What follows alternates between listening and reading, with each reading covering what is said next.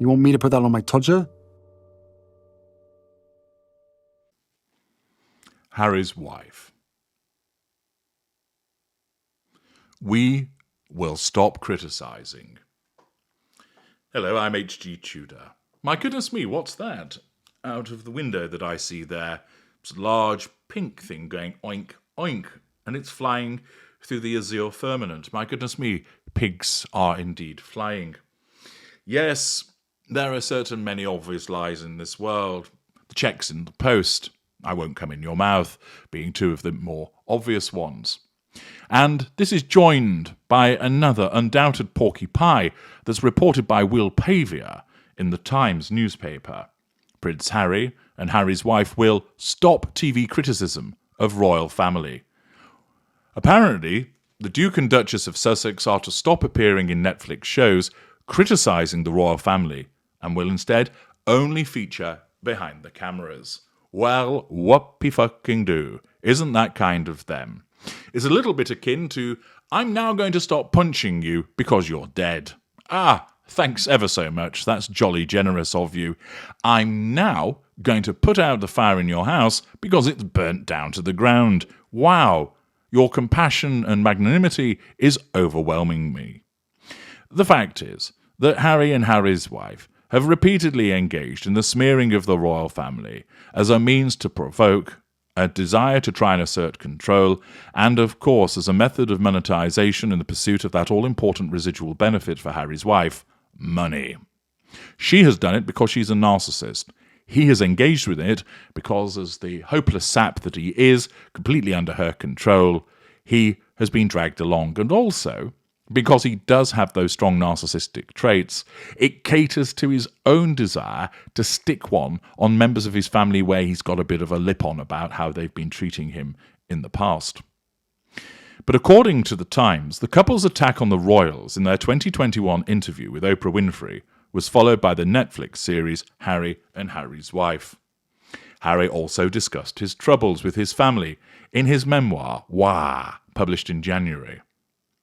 An insider told The Sun, that period of their life is over, as there is nothing left to say. Well, I don't believe that for a moment.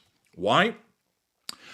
Well, whilst some narcissists would recognise, because they have more evolved narcissism, that a particular route is not bearing the fruit that it once did, Harry's wife doesn't have that level of sophistication. The main approach that she adopted, in accordance with her mid-range status, of course, was to repeatedly play the victim card, whether it was the race card, whether it was people have been horrible to me, nobody's asked if I was okay, feigning the tears in the Shitflix documentary, engaging in the one tear left I go, pity play doled out left, right and centre, huge victim mentality.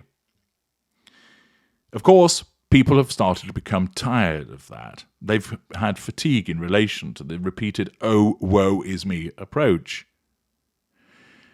But the problem that exists for Harry's wife is this, that her narcissism will still try and go there because it's a major modus operandi for the type of narcissist that she is. And we saw that only recently. Notwithstanding last year, we saw pity play after sympathy symphony doled out by her and in conjunction with the Ginger Prince. What then happened was that only recently we had the notorious car chase. Accordingly, we'd had plenty of the victim mentality being sprayed around last year, and even into this year, as we know with the publication of Spare, that Harry's wife's fingerprints were all over it.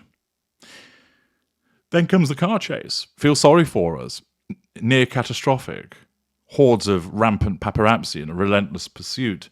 Feel sorry for us not having any privacy. What's being played again? The victim card, a pity play. And as part of doing that, it involves, of course, making out that the royal family have treated her really badly, that they've been nasty, that they've pulled the security, that they won't talk to them, etc., etc. And that has been the Sussexes' justification for the smears, which, of course, actually have no basis or foundation. They do in Harry's wife's world, because through her skewed distortion field that has a narcissism, she believes genuinely that they've mistreated her and that she's the victim. Hence, she lashes out and criticises them, motivated by her narcissism, causing her to feel that way about the royal family so that she asserts control over them and draws fuel from them. A source told the newspaper last year that the Netflix and memoir period was their era of visibility, and that they hoped this year would be their year of reconciliation with the royal family. Oh, how gracious of them. The Duke is said to be returning to Britain next week to give evidence against Mirror Group newspapers in an ongoing case involving allegations of phone hacking. Also, next week, questions about how the Duke of Sussex was admitted to the United States despite his past drug use will be raised in a federal court as part of an effort by a conservative think tank to obtain his visa application. The Heritage Foundation sued the US government last month, arguing that there was immense public interest in whether Harry was improperly granted a waiver to enter the country given his history of admissions to the essential elements of drug offences. There was also a question of whether the decision to grant the Duke a visa should be reconsidered in light of his most recent admissions. Niall Gardiner, a foreign policy analyst with the foundation, who is referred to in the lawsuit as a former aide to Baroness Thatcher, said on Twitter that a federal judge in Washington had granted a hearing on Tuesday to be held in open court. The Heritage Foundation had sought the records via a Freedom of Information request and sued to expedite their release. The suit quoted from Spare, in which he acknowledged having smoked marijuana while trying to make sure the smoke didn't waft into the garden of my neighbour, the Duke of Kent. He also admitted to dabbling with cocaine and experimenting with psychedelics. So the newspaper contains both a reminder of the court cases that are pending, but also this assertion that they're no longer going to criticise the royal family. It might be the case that at the point that it's said, it's genuinely meant. But the problem is that when you're dealing with a narcissist such as Harry's wife, the narcissist conditional asterisk applies. And if you haven't watched that video, go and do so.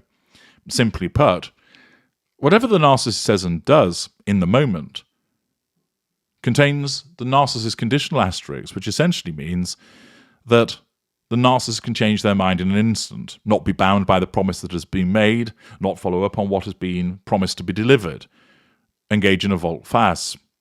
Essentially, the narcissist can say or do what they like and never, ever be bound by it. This is necessary. This fluidity, this mobility is required in order to ensure that control is maintained and potential threats to control are nullified. That is what has to be done. And therefore, in the circumstances, although there is this declaration that they will stop their TV criticism of the royal family, it's being done now to try and make them seem like a decent pair of human beings. From Harry's wife's position, once again, she's asserting control through apparently being benign and compassionate. Notwithstanding the fact, as I made at the beginning of this video, it's a little bit like saying to somebody, I'm going to stop punching you now once they're dead. It's way too late for this to have any meaningful effect. And the royal family will be well aware of that. But moreover, it's simply something that isn't going to happen. Because if Harry's wife's narcissism determines that a criticism needs to be made publicly of the royal family, she's done it before, and she'll do it again. I'm H.G. Tudor. Thank you for listening.